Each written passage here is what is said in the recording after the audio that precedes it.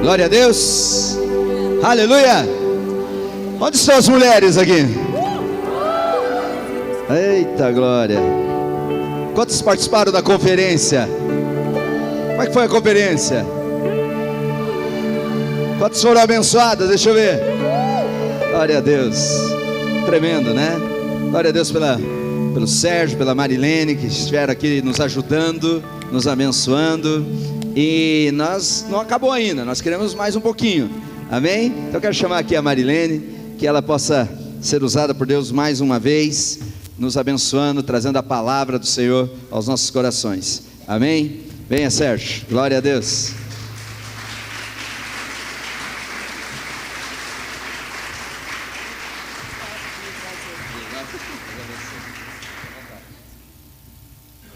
A paz do Senhor, igreja. Eu quero primeiramente agradecer, honrar ao nosso Deus maravilhoso, que me proporcionou a mim e meu esposo estarmos aqui. A Ele toda a honra, toda a glória, todo o louvor.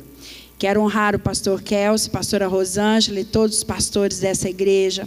Agradecer muitíssimo o convite, a confiança, o carinho de todos que nos trataram com tanto amor esses dias, constrangeram o nosso coração. Sabemos o quão nobre é esse púlpito e nos sentimos honrados de estar aqui. Quero agradecer meu esposo também, que sempre me acompanha, me guarda, me cuida, me protege, está sempre na minha retaguarda. Não é fácil para ele. Ano passado ele teve um problema de saúde seríssimo, foi um grande livramento de Deus. E nós sabemos que nós somos um perante o Senhor. Não importa se foi dada a minha incumbência de contar o que Deus faz. Mas na verdade quem faz é Deus, e fez para nós dois, entre nós dois, né? E de certa maneira não haveria ministério se não fosse meu esposo comigo. Então eu quero honrá-lo aqui com todo o meu amor e todo o meu carinho. E agradecer essa igreja maravilhosa. As mulheres que estiveram aqui esses dias, correspondendo a tudo que o Senhor está falando, e receberam, já pude ouvir muitos testemunhos aqui. Essas mulheres sedentas de Deus, mulheres com o coração disponível para Deus. E eu creio que os homens aqui também o são. Eu me sinto muito honrada de falar, quando eu amo falar para as mulheres, eu me sinto assim uma mãezona em casa, reunindo as filhas, e é assim eu amo mesmo. Mas falar para a igreja realmente me redobra a responsabilidade. Eu tenho muito respeito pelos homens, pela hierarquia que Deus colocou. E é uma coisa que o nosso ministério se baseia nisso, em contar para as pessoas como que Deus trabalhou na minha vida e do Sérgio. Nós casamos muito jovens, temos 38 anos de casados e já há mais de 40 nos conhecemos, estamos juntos há mais de 40 anos, nós éramos muito jovens quando nos conhecemos. E temos 3 filhos, as 2 mais velhas já são casadas, temos um caçula, Rapinha do Tacho, com 22 anos, ainda solteiro, e 3 netos maravilhosos, Benício, Lorenzo e a Ana Júlia. Então somos uma família que ama o Senhor, somos dependentes do Senhor inteiramente. Todos nós, para a honra e glória do Senhor, estamos servindo na casa do Pai. Acreditamos que é na casa do Pai que tudo começa. Então precisamos estar firmados, plantados na casa do Senhor e servindo com aquilo que o Senhor nos colocou. E eu e o Sérgio hoje nós temos uma incumbência do Senhor de levar, seja por livros ou falando, aquilo que Deus tem feito na nossa vida, nos ensinando sobre a grande responsabilidade que nós temos com relação ao maior sonho de Deus, que é a família. A família é a menina dos olhos de Deus. Porque famílias fortes traduz uma igreja forte. Famílias fortes traduzem uma cidade forte. Famílias fortes traduzem uma nação forte. Então tudo começa na família. A Bíblia começa com uma família, Adão e Eva. O primeiro milagre de Jesus numa família, fazendo com que a água se transformasse em vinho num casamento que já estava começando com problema. E a palavra de Deus também termina em Apocalipse com o casamento, com as bodas maravilhosas que nos aguarda. Que dia glorioso é aquele em que nós vamos ultrapassar aquele portão. Lá não haverá lágrimas, nem dores, nenhuma tristeza. Que grande dia, maravilhoso dia será aquele. Eu sempre digo que quando eu entrar ali, eu não quero nem saber de portão de ouro, de portas de pérola, não quero nem saber de ruas de ouro. Eu quero ver Jesus e correr para Ele e abraçá-lo e beijá-lo e passar a eternidade com Ele. Quero conversar tanto com Ele. Eu contei para as meninas aqui que o meu ministério se resume: um dia Jesus veio até mim, eu o encontrei. Minha vida nunca mais foi a mesma. Nunca mais. Eu me apaixonei por Ele. Eu me apaixonei por Ele. Eu deixei aos poucos, não foi de uma vez, porque a gente tem uma característica meio rebelde, a natureza adâmica que vai morrendo, mas eu fui deixando. Eu estou deixando. Eu prossigo deixando todas as coisas da carne, desse mundo, para amá-lo incondicionalmente, para saber os sonhos que estão no coração dele, o que o agrada, o que ele pede de mim, o que ele requer da nossa vida. Ele nos comprou com sangue muito precioso, e eu preciso fazer valer a pena cada gota desse sangue derramado. Cada gota eu preciso valer a pena. Eu preciso honrá-lo por cada gota de sofrimento que Ele teve pela minha vida. Eu quero gastar os meus dias para tornar o nome dEle conhecido nessa terra. Não o meu, não o nosso, não o ministério, não o nome, não o feito de uma pessoa, mas os feitos dEle. Ele poderia fazer isso sozinho. Ele poderia aparecer aqui com as suas vestes de glória, porque onde Ele está coroado de glória. Ele não precisa de nenhum de nós, mas Ele escolheu contar comigo e com você. Esses vasos de barro, pequenos vasos de barro, que não têm valor nenhum, se não fosse o conteúdo, o tesouro dentro do vaso. Então, é uma grande responsabilidade nós vivermos aqui, peregrinando nessa terra até aquele dia, cumprindo tudo que Ele tem para nós. E eu acredito, pela sua maravilhosa graça, Ele deu a cada um de nós uma tarefa. Nós nascemos, a Bíblia diz que quando nós nascemos, um livro foi escrito a nosso respeito. Os nossos dias todos estavam contados nesse livro. Então ele soprou para dentro de nós algo muito poderoso. Ele não criou ninguém para ser ninguém. Ele criou todos nós para sermos alguém e termos uma obra, um destino aqui na terra para com Ele. Cumprir algo. E precisamos descobrir quem é o Senhor, quem nós somos, porque quando a luz de Deus brilha sobre nós, não tem como. Nós vamos ver a glória dEle e vamos ver quem nós somos. E vamos descobrir o nosso destino nele. O nosso chamado. Para que fomos criados. Eu não tenho dúvida que no meu caso, o caso do Sérgio, tudo na nossa vida envolve a constituição de uma família. Os desafios de se ter uma família. E eu acredito, queridos, que o tempo que nós estamos vivendo hoje, a maior crise entre tantas que nós vivemos, crise política, crise econômica, crise de caráter, crise de... Existe, para mim, uma das piores crises, a crise da hombridade. A crise da hombridade. Porque o que Satanás vem fazendo sutilmente, ele vem tirando toda a dignidade do homem, pouco a pouco. Ele colocou, ele soprou para a questão da mulher que ela pode muitas coisas, e que ela vai muito longe, e que ela não precisa dos homens, ela é autossuficiente, ela pode fazer tudo, ela está em todas as áreas da sociedade, então ela pode, ela tem capacidade, e isso cresceu para dentro da mulher, ao ponto dela achar, verdadeiramente, eu não preciso de um marido, eu me sustento, eu tenho meu dinheiro, eu sei fazer muitas coisas. O diabo tem sutilmente colocado na cabeça das mulheres que os homens são um problema na vida delas, que os homens muitas das vezes são fardos pesados, e muitas das vezes o homem tem acreditado que a mulher também é um grande problema na vida dele. Ela vai atrapalhar os seus planos, os seus projetos, ela vai tirar a sua liberdade, ela vai ser um peso econômico para a vida dele.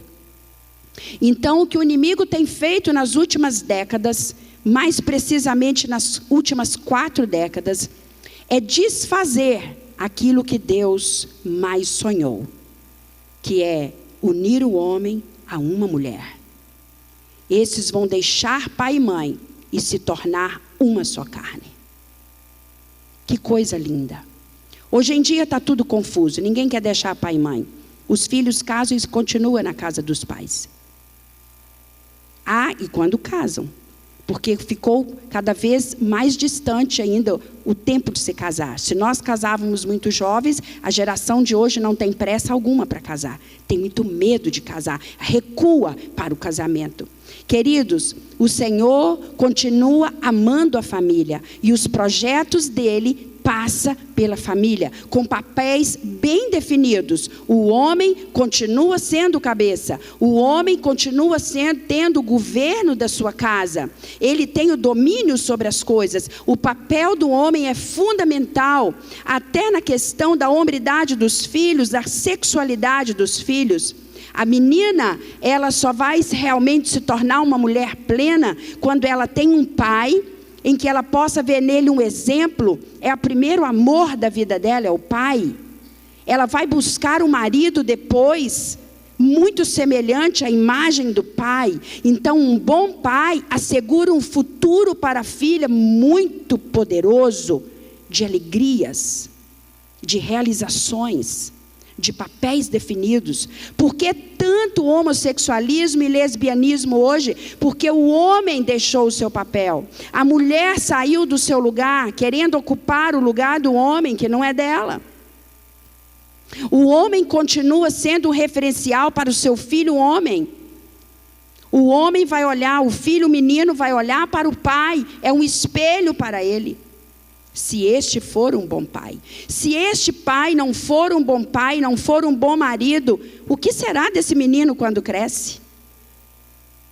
Que referencial de homem ele vai ter? Então há uma grande responsabilidade. Não existem ministérios fortes que vão impactar essa cidade, queridos, se isso não começar na sua família. É na sua casa, quando não tem ninguém vendo, porque é muito fácil sermos cristãos na igreja.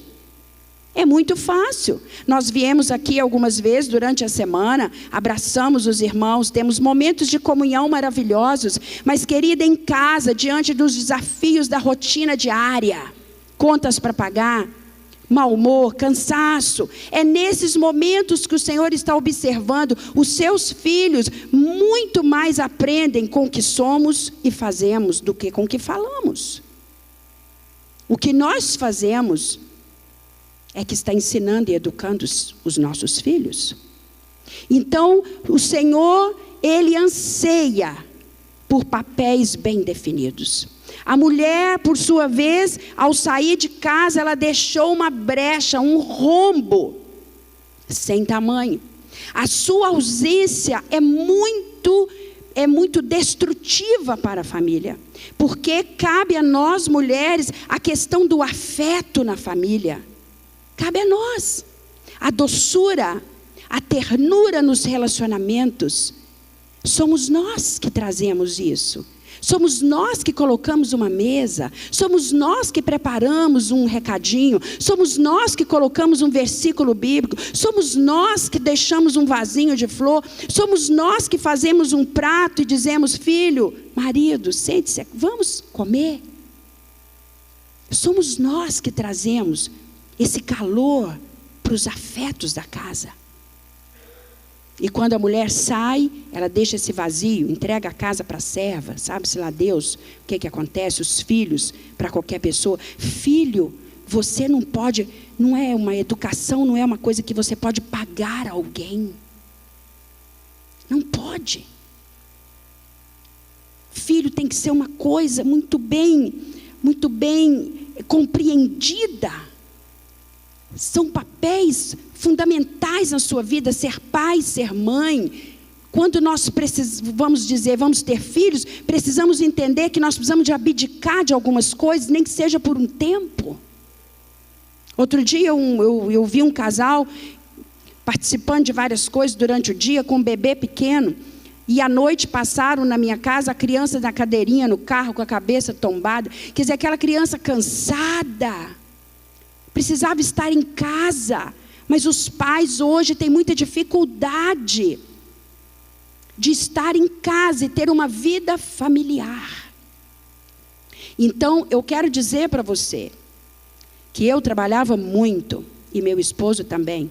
Ele trabalhava numa grande empresa de automóveis, e eu dava aulas de manhã e à noite numa escola que todos da minha cidade queriam dar aula lá, porque era uma escola modelo, onde os melhores salários da cidade eram naquela escola. Nós tínhamos um status e uma reputação na cidade fora de série. E o Senhor começou a trabalhar no meu coração. Os meus meninos, o pequeno era muito pequeno, e as meninas eram pré-adolescentes, adolescentes. E o Senhor disse: filha, volte para casa. Deixe tudo e volte para casa. Senhor, mas a minha profissão, eu posso ganhar vidas dentro da escola, é um campo missionário.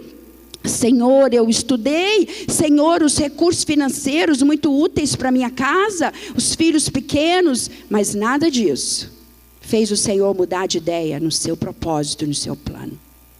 Volte para casa. Eu não estou dizendo, mulher, que você que está aqui, todas vocês têm que voltar para casa. O Senhor precisa de mulheres em todas as áreas da sociedade.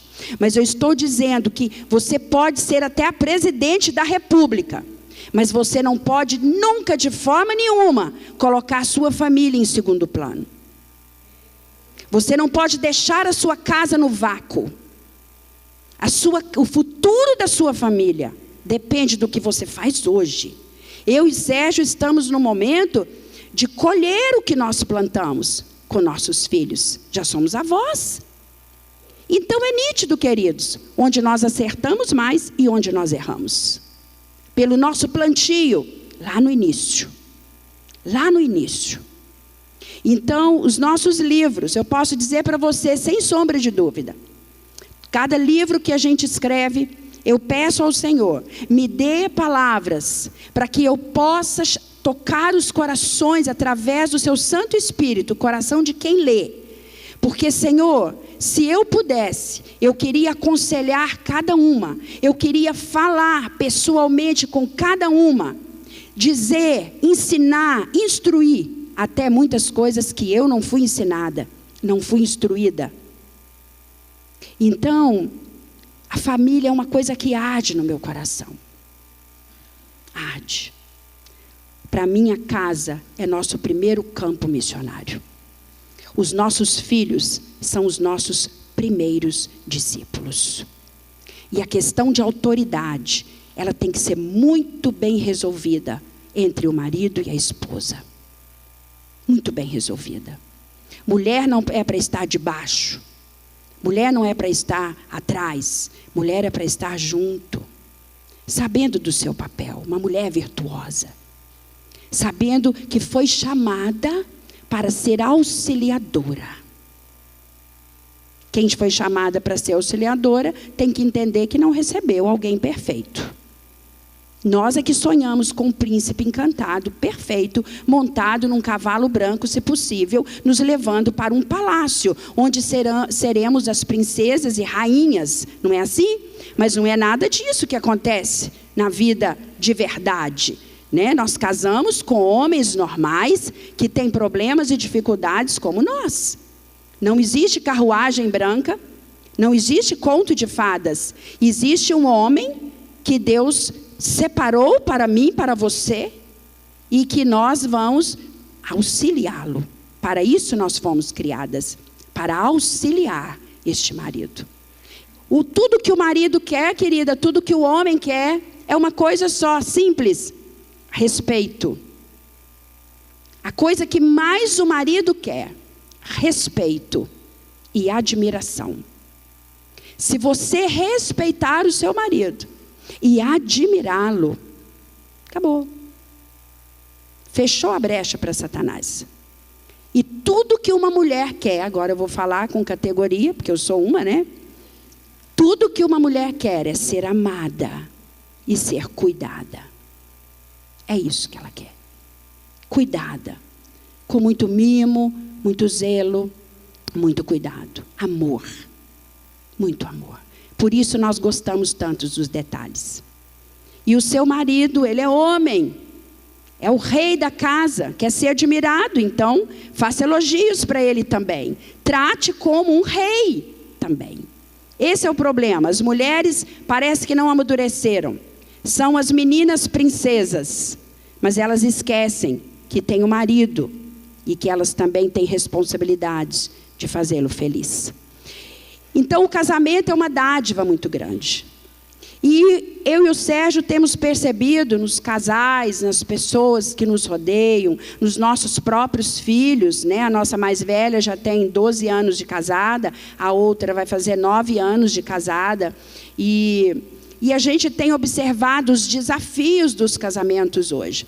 Muitas coisas são semelhantes a 38 anos atrás. Muita coisa não muda, porque a essência do casamento é a mesma. Mas nós precisamos cumprir a nossa parte, porque a sua família tem um papel fundamental para tudo isso que está acontecendo na nação hoje. Tudo isso, querido, que está acontecendo de corrupção, entenda que os corruptos nasceram numa casa.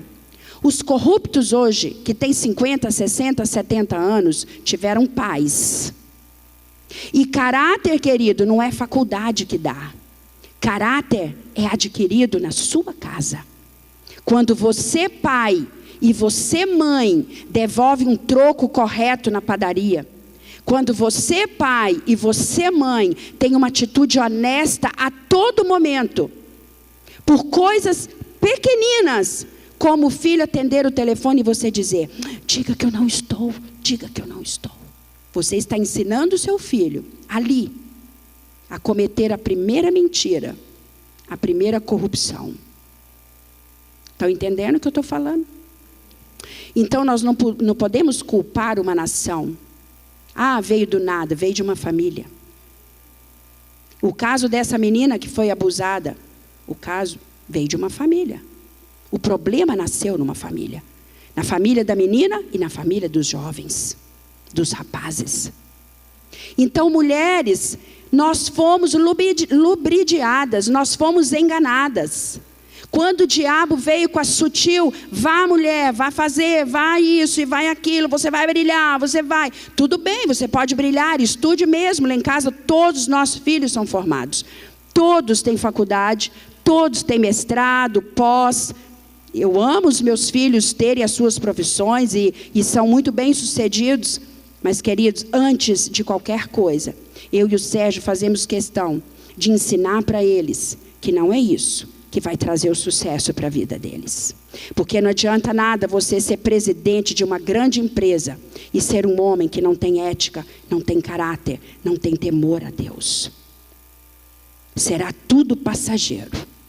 Ai daquele que traz para a sua casa bens mal adquiridos. Nós estamos vivendo um tempo de juízo na nação. Já começou a separar trigo do joio. Todos nós podemos ver isso. Estamos vivendo um tempo em que nós vamos ver claro quem é santo, quem é profano, aquele que é puro, aquele que não é puro. Nós estamos vivendo isso na nação, vamos viver isso dentro dos nossos lares, dentro das empresas, nos trabalhos, nas escolas, nas igrejas, em todos os lugares. Já estamos vendo isso. Então não se impressione, às vezes famílias riquíssimas e bem-sucedidas não significa que elas estão sendo vitoriosas. Nós precisamos fundamentar os princípios da palavra de Deus dentro da nossa casa. E a palavra que Deus tem para meu coração nesses dias, para mim, para o Sérgio, para a minha família, é maturidade. Maturidade. Porque as mulheres têm se tornado muito imaturas, se separam e parecem menininhas. Há uma cultura de não envelhecer. Então eu acho que isso também trouxe algo mentalmente, espiritualmente e emocionalmente. A questão de se fazer muitas plásticas e o excesso de zelo com o corpo, com a beleza exterior, o não ao envelhecimento, isso também trouxe uma consequência do não à maturidade. Porque nós precisamos honrar os cabelos brancos, ainda que a gente passe uma tinta neles. Nós precisamos honrar os anos que nós vivemos. Precisamos vivê-los com dignidade. E precisamos dar importância às nossas experiências, aprender com elas. E hoje em dia há uma imaturidade rondando todas as coisas. Casamentos sendo desfeitos por bobagens.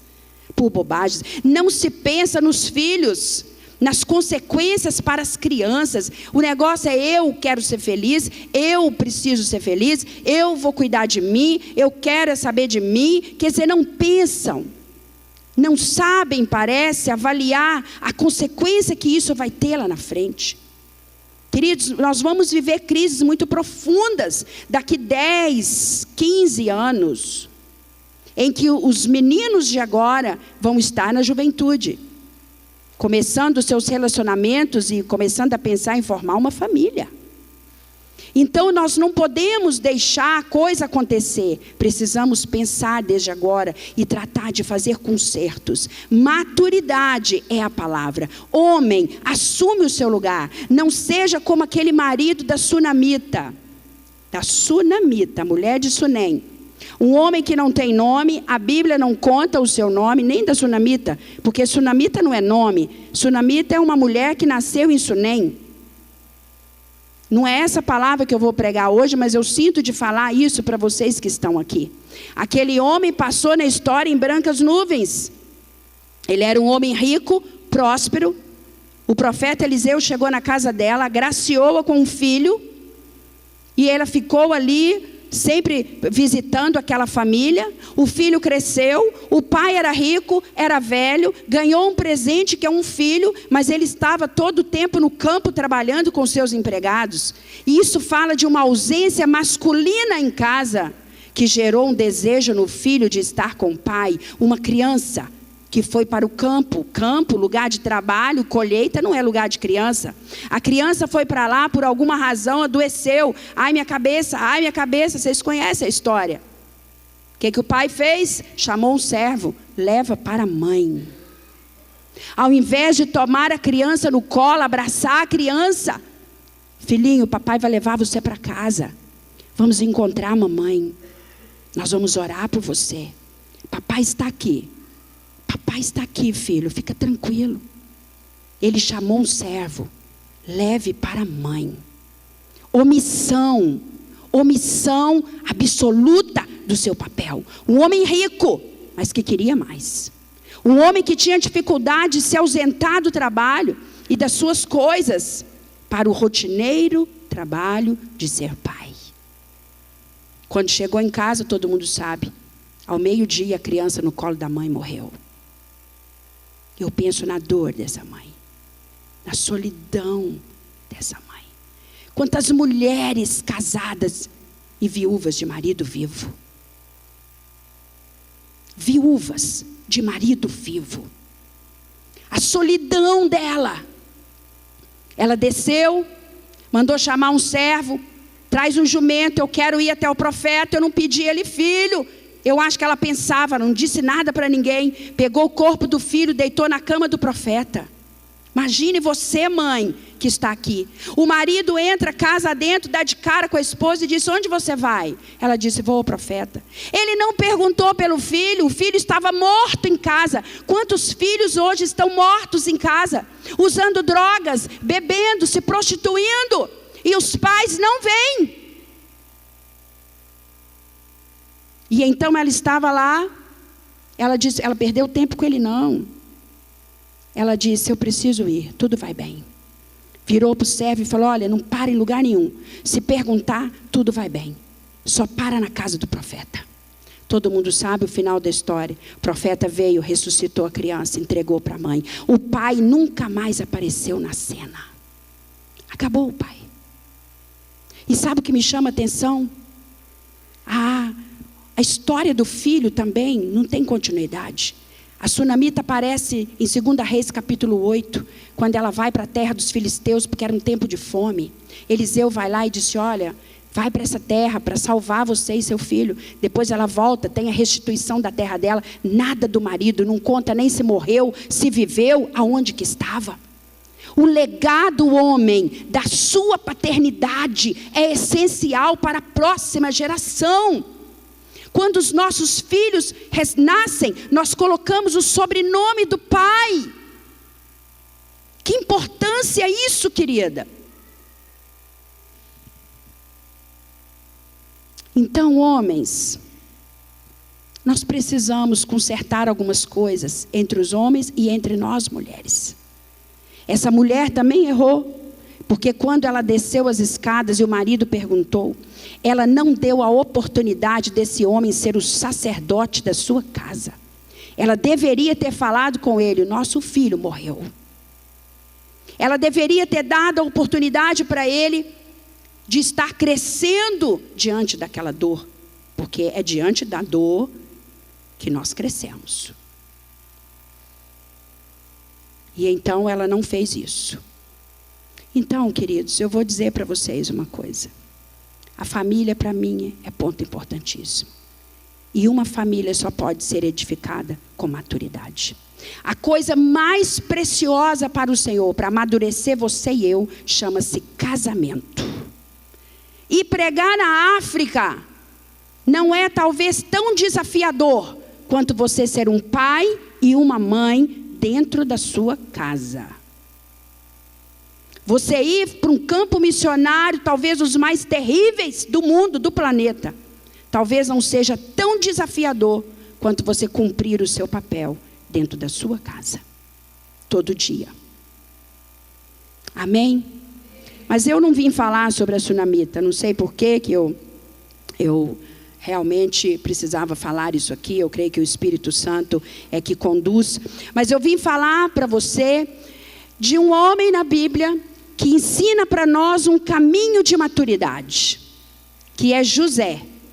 Esse personagem, essa figura desse menino que nasceu fruto de uma mulher que era estéril, mas graças a Deus ele nasceu, e José precisa continuar nascendo em meu coração e no seu coração. José precisa nascer. Sabe por quê?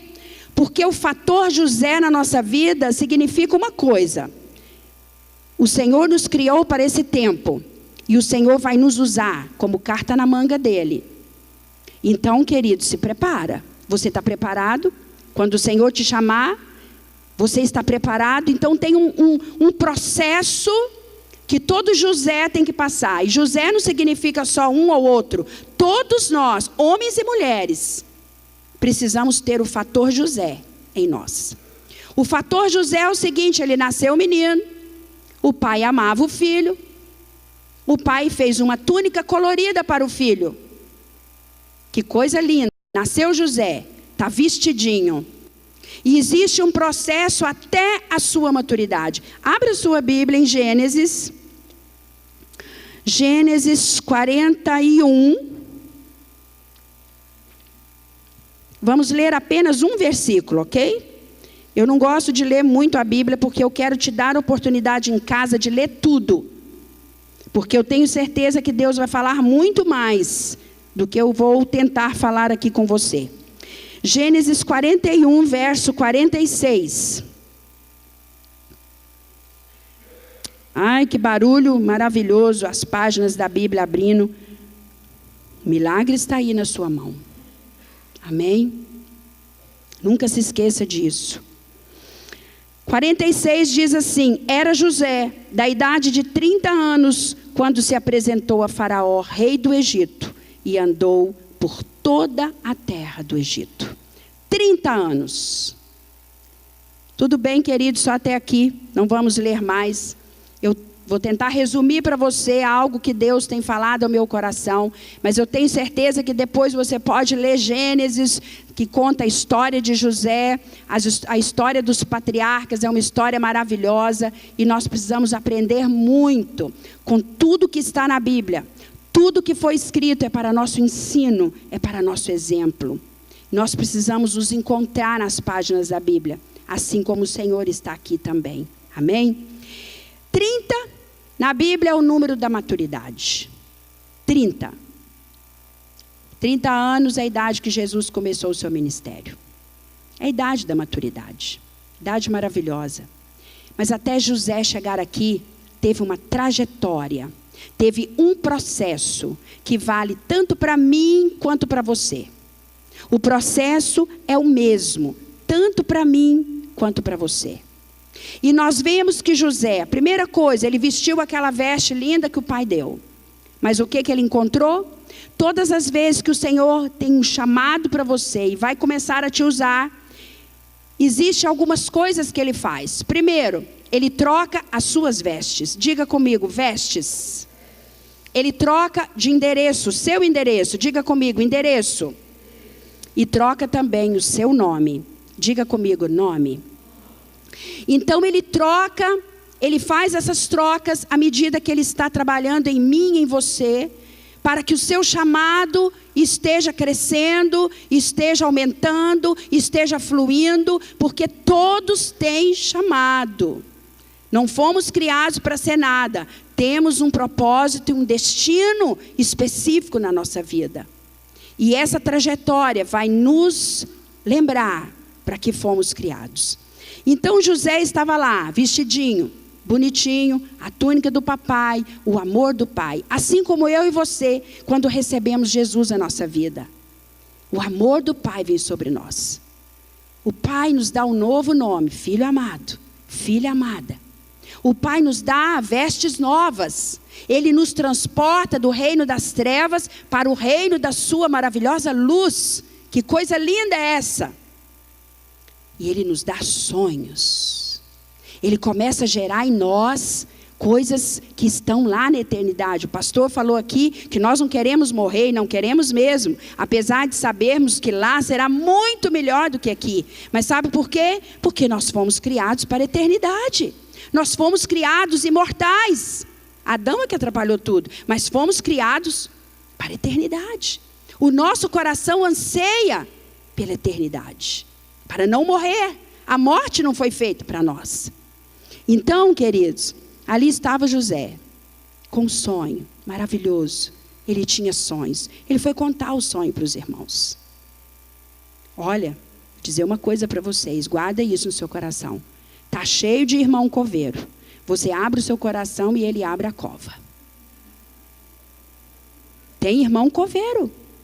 Você abre o coração e ele abre a cova. Então, cuidado com o que você fala.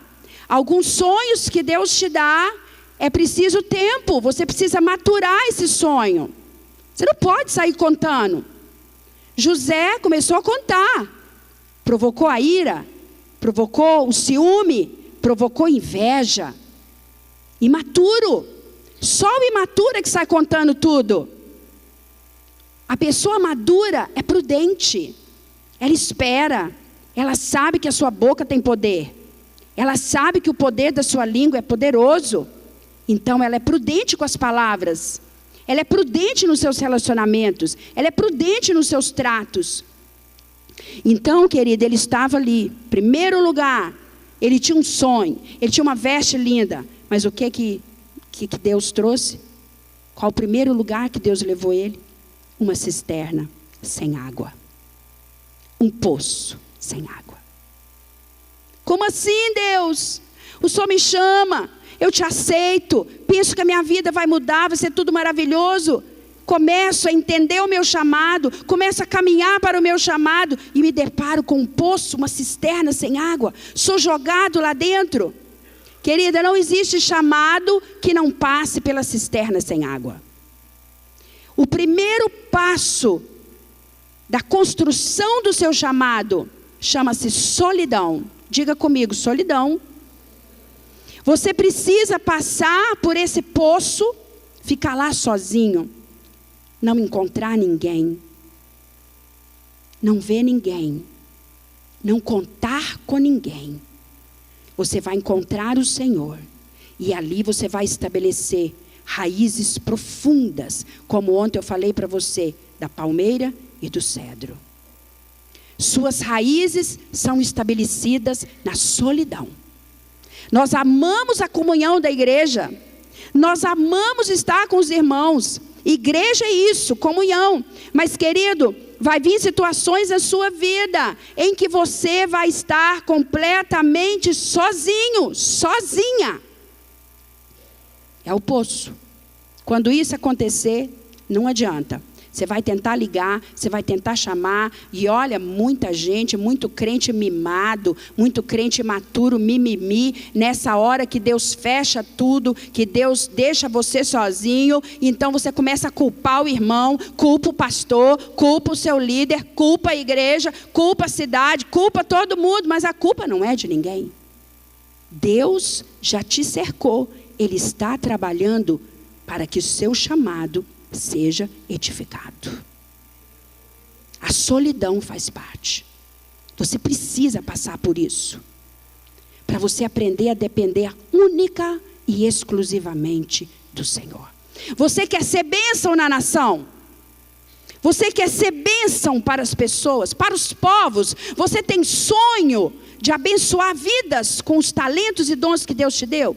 Então, querido, você tem que aprender a depender do Senhor. Não tem outro caminho. Não existe outro caminho. Primeiro é Ele. Segundo é Ele. Terceiro é Ele. Ah, mas os outros não vão me ajudar. Olha, se o Senhor quiser, Deus levanta, pessoas vêm te ajudar. Mas você foi levantado com um chamado para abençoar. Abençoar.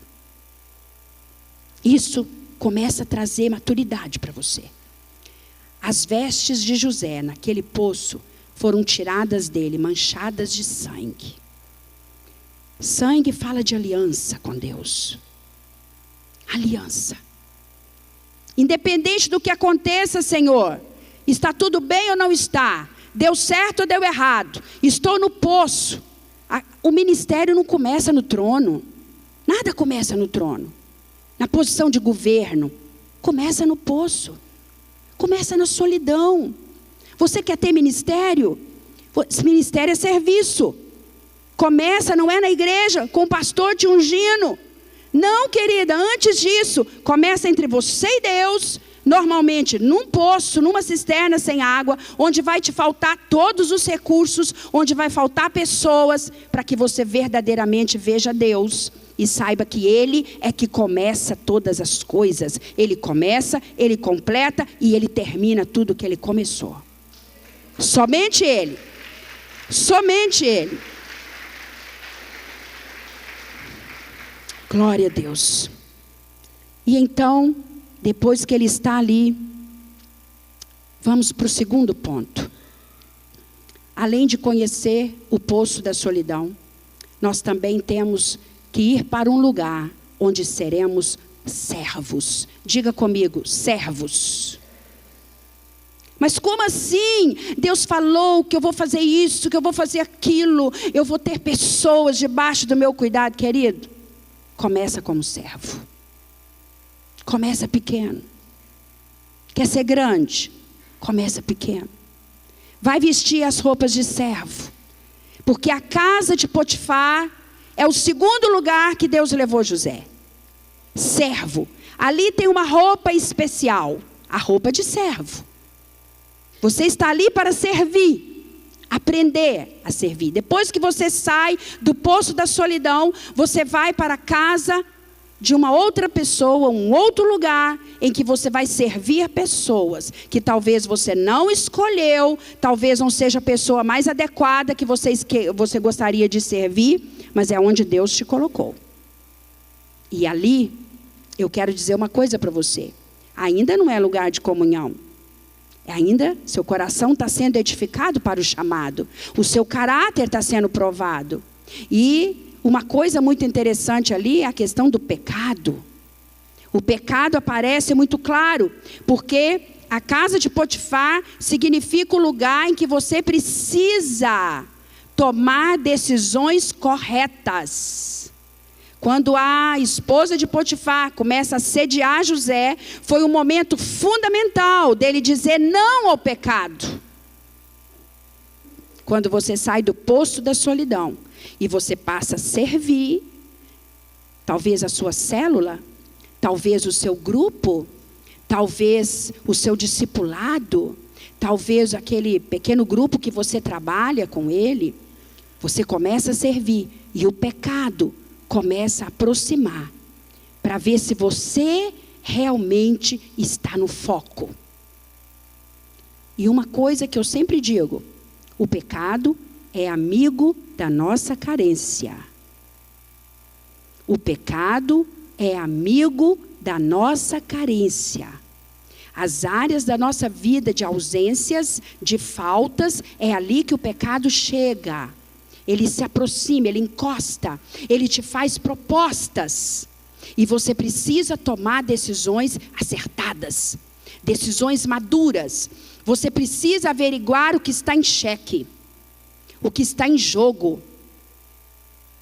Incrível, mas a maioria dos homens e mulheres que adulteram, eles pensam apenas no momento, não o que está em jogo, não o futuro, mas é apenas o momento, a questão momentânea do prazer, do desfrute. O pecado é amigo da nossa carência. José soube dizer não. Ele soube dizer não. E interessante que ele disse para aquela mulher, vocês sabem a história. Ele disse para ela, olha, não farei isso com meu Deus. Ele não disse que ela era feia, ele não disse que ele não queria, ele não disse isso, ele disse, não farei isso com meu Deus. Que coisa linda isso. Será que você tem essa consciência da presença de Deus e da sua aliança e do seu compromisso com Deus, que você não vai fazer, não é por causa do pastor, não é por causa da pastora, não é por causa da sua esposa, não é por causa do seu marido, você vai fazer, primeiramente você não vai fazer, você vai evitar o pecado a todo custo, porque você não vai fazer isso com o seu Deus. Com o seu Deus. Que tremendo isso. Vestes de servo, para quem talvez nem merecesse ser servido. Ele foi expulso daquela casa. Ele sofreu a vergonha, a humilhação, a mentira. Você está disposto a sofrer? Querido, quem está na igreja vai sofrer. Tem um pastor amigo nosso que diz, aceitou Jesus, está lascado. Não tem jeito de voltar atrás. Agora é ir para frente. É ir para frente. Estão pisando em você, estão caluniando você, estão dizendo coisas a seu respeito. Querido, olha para frente e prossegue. E prossegue para o alvo. A sua justificativa não é para o homem. Deixa pensar, deixa falar. Você tem que deixar a justiça própria. José não se deu ao trabalho de justificar, mas nós somos cheios de justiça própria. Queremos nos honrar. Queremos ser honrados. Não queremos sofrer nenhum tipo de humilhação. Não queremos sofrer nenhum tipo de injustiça. Mas nós esquecemos que Jesus se fez justiça por nós. Então a justiça vem dele, não de mim. Se você pôr a mão, ele tira dele. Então é melhor você tirar a sua mão e deixar a dele é mais poderosa. A dele o diabo não brinca, querido. Tira a sua mão. Deixa. O tempo fala muitas coisas que nós não temos nem como falar. O tempo vai mostrar algumas coisas. Aguarda no Senhor. Então, as vestes de servo traz sofrimento para nós, porque é uma questão de se humilhar. Você quer dizer, você quer provar, você quer falar, você quer justificar, mas você tem que calar. Jesus foi para a cruz como ovelha muda. Nós continuamos ainda indo como um porco gritando. Eu que nasci na roça sei muito bem o que é isso. Um porco gritando, indo para o matadouro. Vamos procurar seguir como ovelhas mudas. A justiça própria, ela traz muito peso para nós. Muito peso para nós. Ela não pode vir de nós. Nós não temos esse poder. Nós só vamos arrumar problemas com essa justiça própria. Depois que você lidou com a solidão, depois você lidou com o pecado, então agora pensa que é o fim? Não, ainda tem mais 2 anos de prisão. Um dia eu perguntei ao Senhor, Deus, mas não chega, coitado desse José, gente. Por que o Senhor ainda deu mais 2 anos para ele? De prisão? E o Senhor trouxe assim muito claro ao meu coração. Sabe, que esses 2 anos é para tirar ainda as sobras do orgulho que há em nós. Sempre há ainda um orgulhozinho escondido em nós. Não é mesmo? Sempre há um orgulho escondido em nós. Faz parte da natureza adâmica. Um desejozinho escondido lá de vingança, uma coisinha ou outra. Então o Senhor dá esses 2 anos de prisão para tirar o resto que está em nós. Aquela sobra que ainda tenta esconder dentro de nós. Porque Deus tem planos para mim e para você. E um vaso imaturo e inadequado é um grande estrago no reino de Deus. Um pastor imaturo destrói um rebanho. Um líder imaturo, uma mulher imatura destrói a sua casa. Uma mãe imatura mata os seus filhos. Mata os seus filhos. Ela expõe eles ao perigo. Não cuida, não zela. Por isso a maturidade é tão importante para Deus. E a maturidade, querida, ela não é aprendida, ela não é recebida apenas em situações que nos dão conforto. A maturidade são situações que nos espremem, que nos expõem quem nós somos. É ali que nós somos tratados e provados. Ocasionalmente o Senhor vai usar sim os irmãos, pessoas que amamos, familiares, marido, esposa. Serão instrumentos de Deus para nos fazer crescer. Para nos fazer crescer. Mas nós não podemos jamais esquecer, a luta não é contra a carne ou sangue. Não queira julgar essas pessoas fora. Elas fazem parte. Elas vão produzir um fruto em nós maravilhoso. Maravilhoso. Se nós passarmos, essa roupa de carcereiro, essa roupa de prisioneiro, ela é necessária. Ela é necessária. O que significa prisão? O que significa cárcere? Significa limite. Quando a pessoa é presa, ela é limitada. Ela só pode ficar naquele lugar. Ela vai comer só na hora que levar uma comida. Ela só pode sair para tomar sol na hora que permitirem. Isso fala de limitação, querida. Isso fala de estar debaixo de autoridade. Uma coisa que a igreja tem muita dificuldade hoje. A maturidade está ligada à sua condição de estar debaixo de autoridade. Que grande bênção é você se submeter a uma autoridade. Isso é bênção sobre a nossa vida. Algo que Jezabel, que não é uma mulher, Jezabel é um demônio, é um espírito que não tem sexo, é um espírito, atua nas mulheres e atua nos homens. Esse demônio Jezabel, ela desestrutura a questão da autoridade, dentro de casa, na igreja, na família, no trabalho, em todo lugar, porque a nossa vida de hierarquia, de autoridade, ela está aí em todas as camadas da sociedade.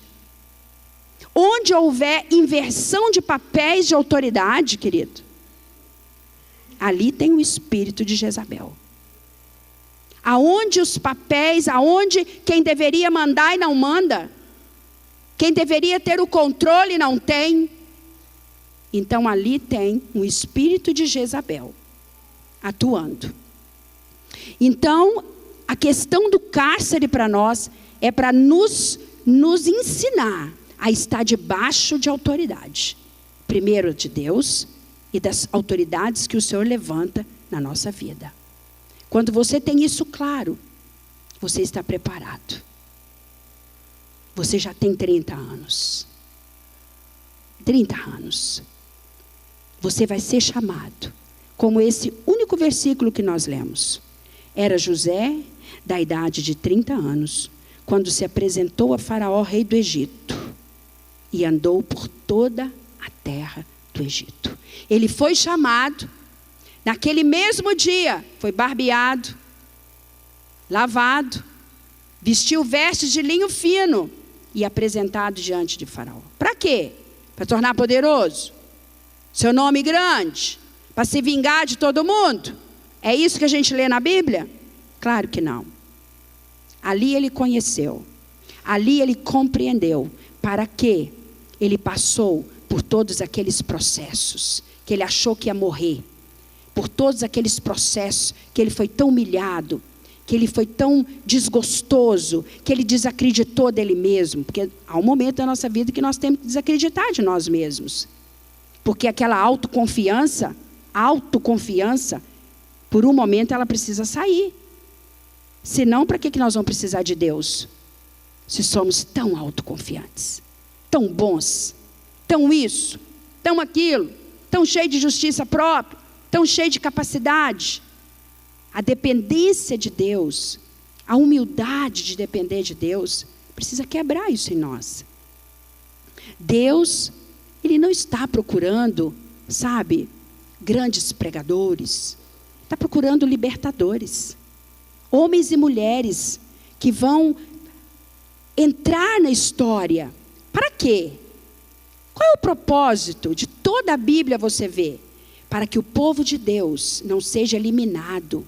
Para que o povo de Deus não pereça. Para que os princípios de Deus não morram. Para que a presença de Deus não se afaste. Você, querido, foi levantado por Deus, chamado e atraído, nova natureza, nasceu de novo, está no corpo, faz parte da igreja de Cristo, tem um chamado, está nesse trajeto da maturidade. Eu não sei que ponto você já está, não sei se você já foi chamado à presença, já está com as suas vestes de linho, mas uma coisa eu tenho certeza, você foi chamado, você foi levantado. Para que você, através de você, da sua vida, a obra de Deus não seja paralisada. Porque se não houvesse José no Egito, o povo morreria, porque a crise se instalou, não tinha comida, havia fome, como hoje nós vemos, fome da palavra de Deus, fome de justiça. Há uma fome de justiça na nossa nação. Dentro das igrejas, a fome da palavra pura e genuína. Está todo mundo entediado, enojado de mercado gospel. Onde precisa ter um marketing de palco, porque virou show. Onde precisa fazer chorar e fazer um barulho para ver se a presença de Deus... Porque é muito fácil você imitar a unção, sabia? Imitar um ambiente de unção, imitar um ambiente que a presença de Deus venha, não é tão difícil? Faz barulho, sacode alguma coisa aí. Mas não é isso que Deus está procurando. Deus está procurando pessoas que têm uma atitude profética, porque tudo na casa do Pai tem que ser profético, a palavra tem que ser profética, a dança tem que ser profética, a música tem que ser profética, a oração tem que ser profética, porque tudo na casa do Pai funciona profeticamente. Profeticamente. E eu nunca li na Bíblia que aonde o profeta chegou, tinha muito rebuliço, tinha medo. Quando o profeta chegava, tinha medo. Meu Deus, chegou Samuel, chegou Natã. Vem algo da parte de Deus. Não tinha fogos. Vocês estão entendendo? E eu estou aí, uma dona de casa, que foi chamada para falar isso para uma nação. A nossa nação brasileira, tão cheia de modismos gospels. Eu e meu marido, de fato, temos pagado um preço para a obediência. Então, queridos, José, quando foi chamado, ele também se casou. Você sabe disso, não estou contando nada novo aqui para você. Eu estou aqui só para lembrar você o que não pode ser esquecido. Ele gerou 2 filhos, interessante demais isso, Manassés e Efraim. Manassés significa Deus me fez esquecer. Efraim, Deus me fez prosperar. Me fez esquecer a aflição da casa do meu pai e me fez prosperar na terra em que eu fui afligido. Primeiro você esquece. Presta atenção. Primeiro você esquece. Depois você frutifica. Manassés significa esquecer. Efraim significa frutificar. Se você não resolver, querida, suas coisas, ser sarado, primeiro você tem que sarar. Porque depois dessa trajetória, convenhamos, vamos sair arrebentado. Porque passar, eu estou falando aqui alguns minutos, uma trajetória de uma vida. Pensa que é fácil? Só está entendendo aqui o que está falando quem é que já passou por um poço, pela casa de Potifar para servir num lugar terrível e pela prisão. Pensa que é fácil? Vai sair arrebentado, querido. Vai sair marcado. Vai sair cheio de feridas e cicatrizes. Precisa curar. Precisa esquecer, precisa lavar. Porque um soldado ferido faz um estrago. Um estrago. Se José não esquecesse, não resolvesse as questões dele, o dia que ele se tornasse governador, com todo aquele poder concedido pelo rei, meu Deus, ele não estava tão distante da terra do pai. Poderia ter ido lá e dizimado aquele povo, dizimado seus irmãos, destruído seus irmãos. Ele podia ter se vingado até do povo do Egito, a quem estava agora submisso a ele. Gente que fez ele sofrer. A esposa de Potifar, o próprio Potifar. A Bíblia não relata nada disso. José tinha um alvo, sarado, curado, entendendo perfeitamente. Quando os irmãos vieram buscar comida, o sonho se cumpriu. Lá estavam os irmãos prostrados diante dele, pedindo comida. Olha, a Bíblia não fala que José chorou. Não chorou no poço, não chorou na casa de Potifar, não chorou na cadeia, não chorou em lugar nenhum. Mas quando ele viu os irmãos, ali começou o choro de José. Toda a dor dentro dele veio para fora para ser sarado, para ser curado. Ele chorou durante vários capítulos. Ele chorou do 42, 43, 45, 46. Chorou quando o pai morreu. No capítulo, acho que se não me engano, 50. Ele chorou muito. Cura. Se você não está chorando, tem algo errado. Não é chorar de mimimi, não. Não é chorar, ai meu Deus, que injustiça. Não, não é esse choro que move o céu. Choro que move o céu é arrependimento. Choro que move o céu é choro de compreensão do que Deus está fazendo. É choro de liberação daquilo tudo que você queria reter para você. Mas que se você reter vai te matar. Resolva as suas coisas com amor. José resolveu com amor. Isso me faz lembrar de um amigo nosso contando uma história interessante. Certa vez ele comprou uma máquina de lavar louça para a esposa. E a máquina de lavar louça, a esposa ficou muito feliz e realmente ia ajudá-los muito. E a máquina veio com um problema. As primeiras vezes que ela tentou usar, um fracasso. Então ele ligou para a loja, 1 vez, 2 vezes, 5 vezes, 10 vezes. E ele começou a ficar nervoso. Tantas tentativas, joga para um, joga para outro, joga para o outro. E veio um rapaz e tentou consertar, e ficou pior, e foi embora, e voltou. Aquela luta, até que um dia ele ligou para lá e soltou os cachorros. E ligou para um amigo dele que era advogado e falou, olha, e vem comigo, vamos na loja hoje. Ele queria levar o advogado, a polícia, o juiz, ele queria levar tudo para resolver a situação. De tão nervoso que ele estava. E quando ele estava ali se arrumando, Senhor, mas não é possível. Hoje o Senhor vai fazer justiça nesse negócio. O Senhor disse para ele, aquieta a alma, meu filho. Aquieta a sua alma. Quando o Senhor falou isso, soprou isso para dentro dele. O Espírito Santo fez ele ver o ridículo do papel dele. O ridículo. E ele então respirou fundo, pegou o telefone, ligou para a loja. O gerente que estava atendendo ele há vários dias, estava com um problema sério com a mãe doente. E então ele pegou o telefone. Oi, fulano, tudo bem? Fulano, oi, tudo bem, pastor? Ele, pois é, como está a sua mãe? Melhorou? E o gerente do lado de lá. Minha mãe? Ah, melhorou, graças a Deus. Que bom que o senhor está perguntando. Aqui, vou resolver o negócio da sua máquina hoje. Estou mandando uma máquina nova para sua casa. Pode ficar tranquilo, está tudo resolvido. Até à tarde vai estar chegando aí a sua máquina nova. Queridos, aquela lição para ele, sabe? Quando você aquieta a sua alma, você para de soltar tiro em cima dos outros. Você não vai levar advogado, juiz, juizar de pequenas causas, de grandes causas. Você está entendendo o que eu estou falando? Você entrega para Deus. E Ele resolve tudo.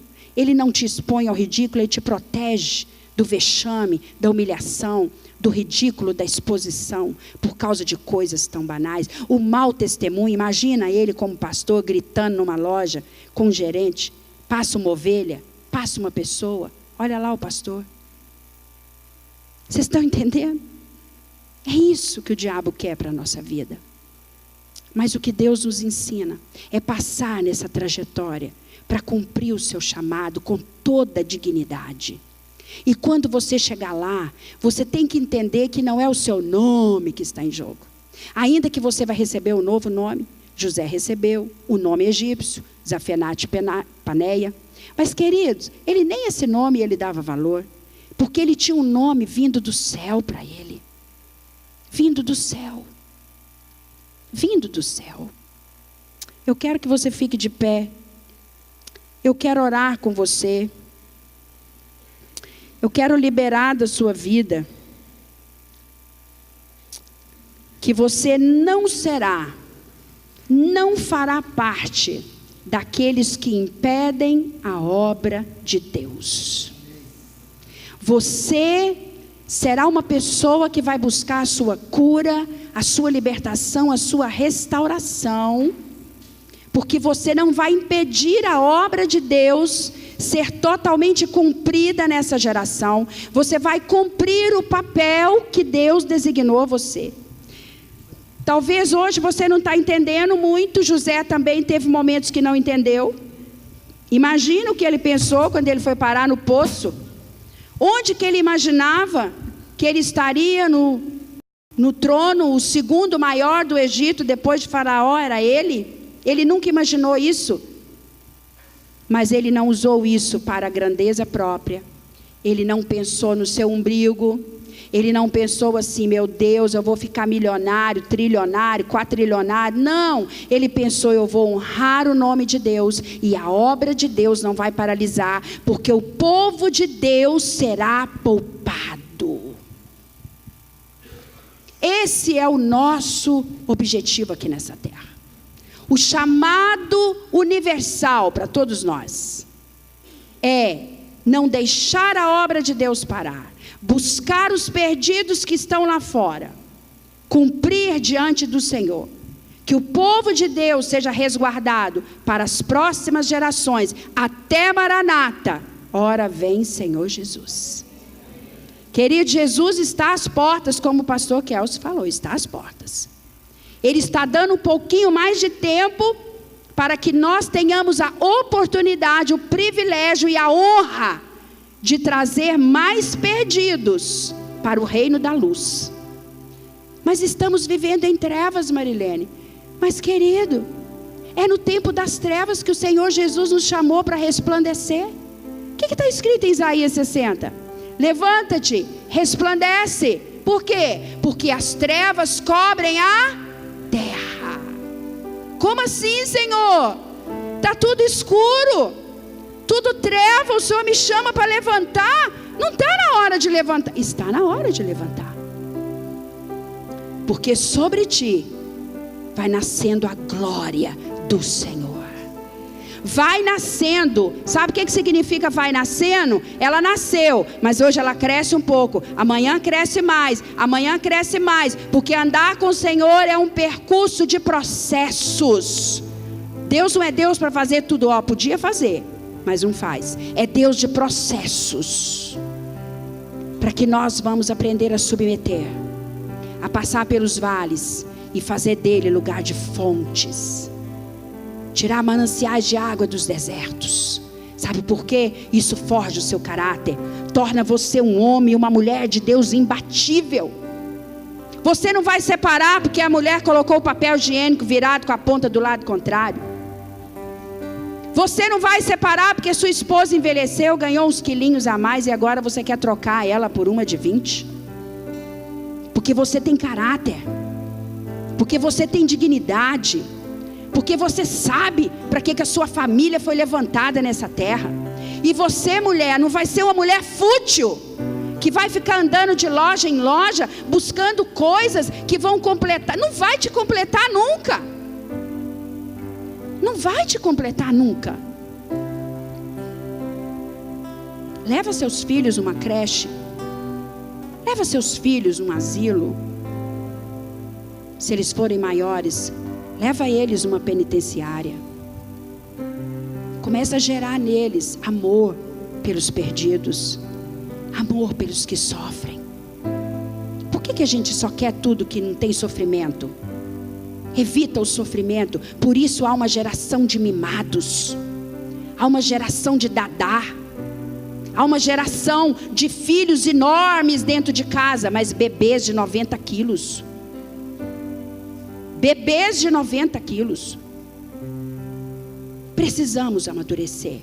Pais maduros geram filhos maduros. Ensine seus filhos a trabalhar. Ensine. Coisa maligna isso, que criança não pode fazer alguma coisa. A gente tinha tarefas em casa desde pequenininho. Nem que seja buscar um leite que eu derramava todo dia. Contei aqui para vocês. Buscar um leite, arrumar sua cama, lavar as vasilhas, fazer almoço. Mulher, você tem que aprender a ser uma mulher que valoriza o que seu marido traz para casa. Para de ser gastadeira, rixosa. Aprenda a fazer daquele pedaço de carne bife para a família toda. Para de jogar as coisas fora. Para de jogar as coisas fora. Você tem que aprender a valorizar o fruto do trabalho. O seu marido é o provedor da casa. Olha, você, mulher, tem que ser uma videira frutífera. Lá na roça, videira é o seguinte, é uma parreira de uva. Aquele lugar delicioso. Aquele lugar que quando você entra debaixo, o sol está lá fora, mas lá de baixo é fresquinho. Aquele cheirinho das uvas. Sabe? Você olha os cachinhos verdes, outros amadurecendo, outros roxinhos, uma coisa, um céu na terra. Um céu na terra. A Bíblia diz no Salmo 128 que nós somos como uma videira frutífera. Significa quando seu marido chegar em casa esgotado, cansado, um dia de trabalho, ele precisa entrar nesse lugar fresco. Ele precisa entrar debaixo desse lugar fresco, perfumado, lugar de paz, o oásis no meio do deserto.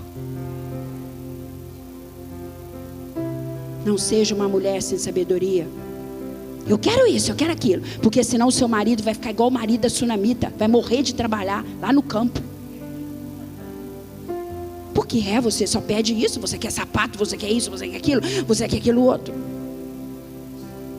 Gaste tempo junto, abrace mais, beije mais. Gaste tempo com as coisas que dinheiro não pode comprar. O dinheiro não pode comprar. Não se perca nesse mundo, querida, não se perca nesse mundo.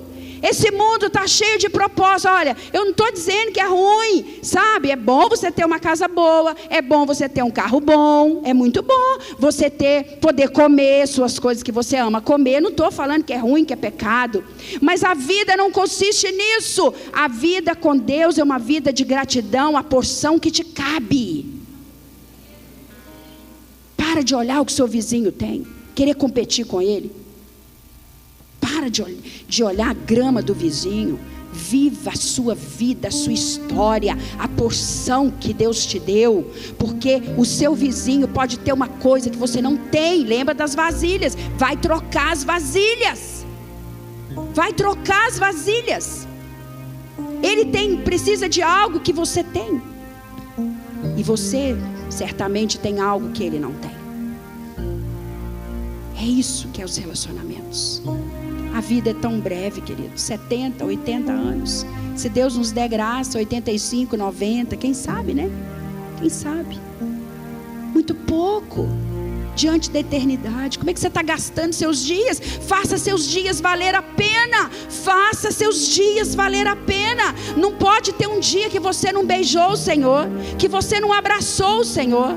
Eu contei aqui para as mulheres que essa semana vi um vídeo de uma canção linda da casa de Davi.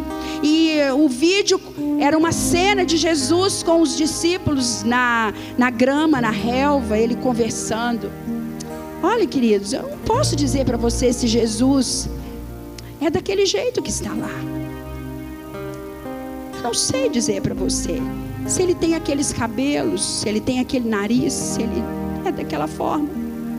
Mas o fato é que quando eu olhei Jesus com aqueles discípulos, eu comecei a chorar, com uma vontade de abraçar Ele, de beijar Ele. É como se eu tivesse saudade de Jesus. A nossa vida tem que ser mais do que tem nessa terra. A nossa vida tem que ser mais do que comprar coisas. A nossa vida tem que ser muito mais do que correr atrás de dinheiro, de pagar as coisas. Sabe por quê?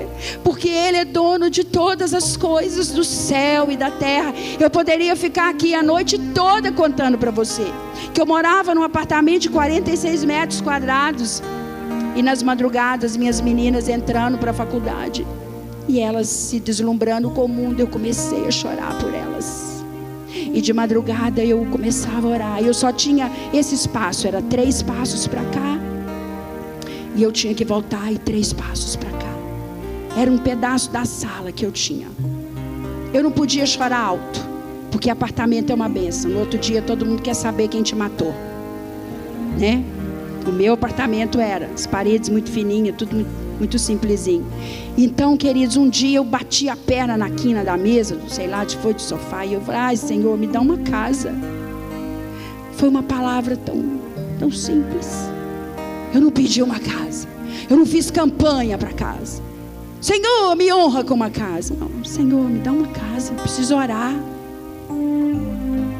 E o Senhor me deu uma casa.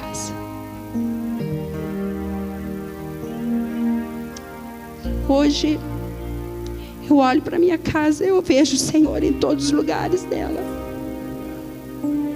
Ele entrou no meu quarto um dia e falou: filha, essas roupas não me honram. Isso não é roupa de filha amada para quem você está vestindo. O seu corpo pertence ao seu marido, só a ele e a mim. A santidade convém à casa do Senhor. Nós somos casa de Deus, morada de Deus. Você tem que dar lugar para Ele. Teve um dia na igreja que o pastor falou: olha, precisamos de recursos para isso e para aquilo, então oferte algo. Eu olhei para mim e falei: Senhor, o que eu vou ofertar para o Senhor? O sapato é ganhado, a calça é ganhada, a blusa é ganhada, tudo é ganhado. Eu queria ofertar para o Senhor algo que me custe. Eu olhei e vi que o relógio Era algo que eu tinha comprado com meu dinheiro quando eu trabalhava ainda. Era um bom relógio, tinha custado caro. E eu falei: Senhor, o meu relógio me custou suor. Eu vou te dar algo que me custa, que me custou. Eu tirei o relógio e dei. Quando eu pus o relógio no gasofilácio, o Senhor falou comigo: filha, eu vou te dar um tempo novo. Um tempo novo. Querida, quando você vive com Jesus, basta você abrir a boca, os céus respondem. Sabe aquele dia, quando os portões se abrirem e você bater, por acaso ele fechar, e você bater: Senhor, abre, Senhor, abre, Senhor, sou eu.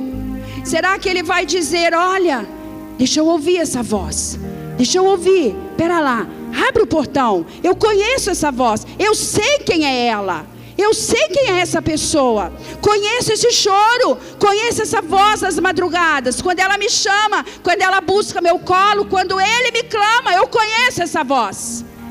Será que o Senhor pode dizer isso de você? Ele te conhece. Os céus conhecem as suas lágrimas e seu choro e a sua voz. Ou você quer ser conhecido na terra? Eu estou aqui disponível para o Senhor. Enquanto viver, eis-me aqui, Senhor. Eu poderia estar na minha casa tão linda que Ele me deu, aproveitando as minhas varandas, o meu jardim, tricotando para os meus netos. Muitas das vezes a gente vai viajar com o coração querendo ficar. Mas eu preciso fazer o que Ele me pediu para fazer. É o mínimo que eu posso fazer por amor àqueles que Ele ama. Porque eu tenho aprendido a amar o que Deus ama. Aprendido a amar o que Deus ama.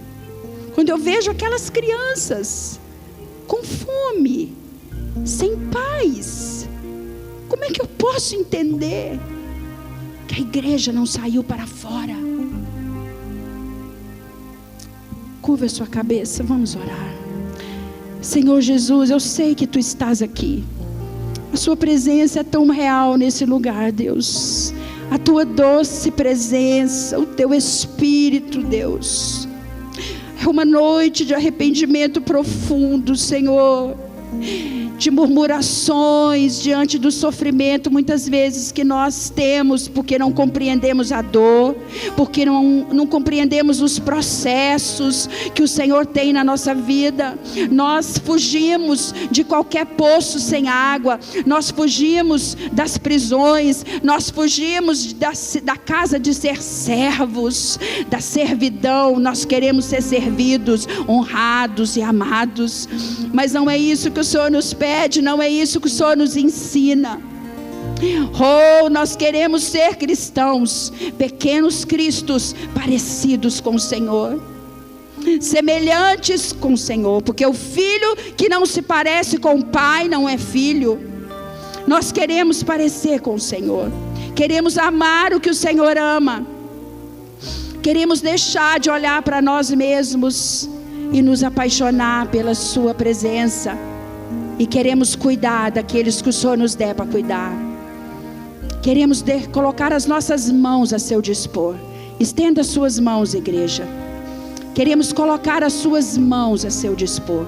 Usa-nos para abençoar, para orar, para buscar o perdido, para tomar pelas mãos aqueles que estão lá fora. Senhor, usa os nossos pés para entrar nas cadeias, nos hospitais, nos lugares talvez que ninguém quer entrar. Senhor, nos leva nesses lugares, Pai.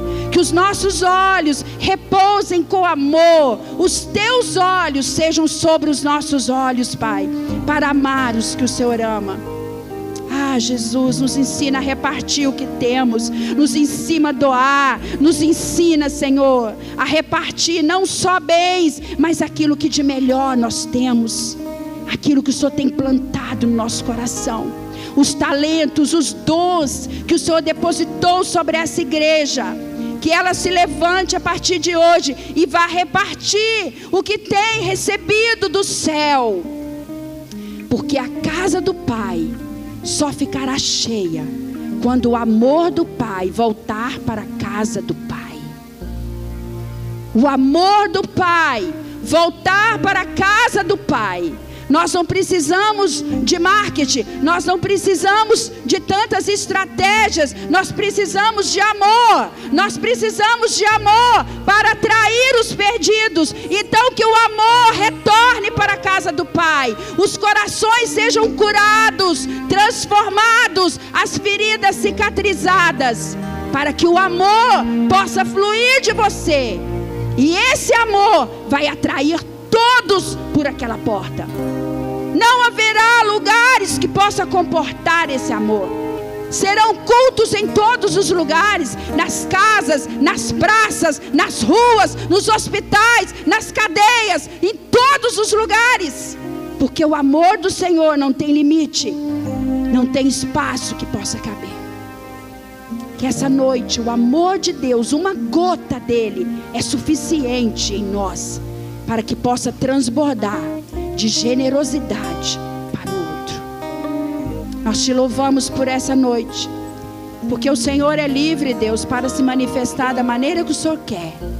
Às vezes o Senhor vem como um terremoto, mas às vezes o Senhor vem como um vento fresco e suave. E nessa noite aprove ao Senhor vir nos tocar dessa maneira. Que o amor volte para cada casa e para cada família. Mulheres se apaixonem pelos seus maridos, pelas suas casas. Voltem a cozinhar, voltem a cuidar dos seus filhos, voltem a amar seus maridos, a respeitá-los e admirá-los. Maridos, amem as suas esposas. Valorize a volta para casa, para encontrar a sua videira frutífera no fim do dia. Não troque ela por nada. Que essa igreja repouse sobre ela a graça do Senhor, a paz e a unção do Senhor. Que o amor do Senhor transborde neste lugar. Em nome de Jesus eu te agradeço e te louvo. Ah, Jesus, obrigado. Você pode aplaudir a Ele. Ele está aqui. Ele merece toda a honra, todo louvor, toda a glória, porque Ele é Deus hoje e para sempre. Ele é o Altíssimo sobre a terra. Ele é Deus eternamente. Ele é o Deus Todo-Poderoso, Senhor dos céus e da terra, Altíssimo sobre a terra, Deus de toda a terra, Senhor sobre a sua vida. Oh, amado Jesus,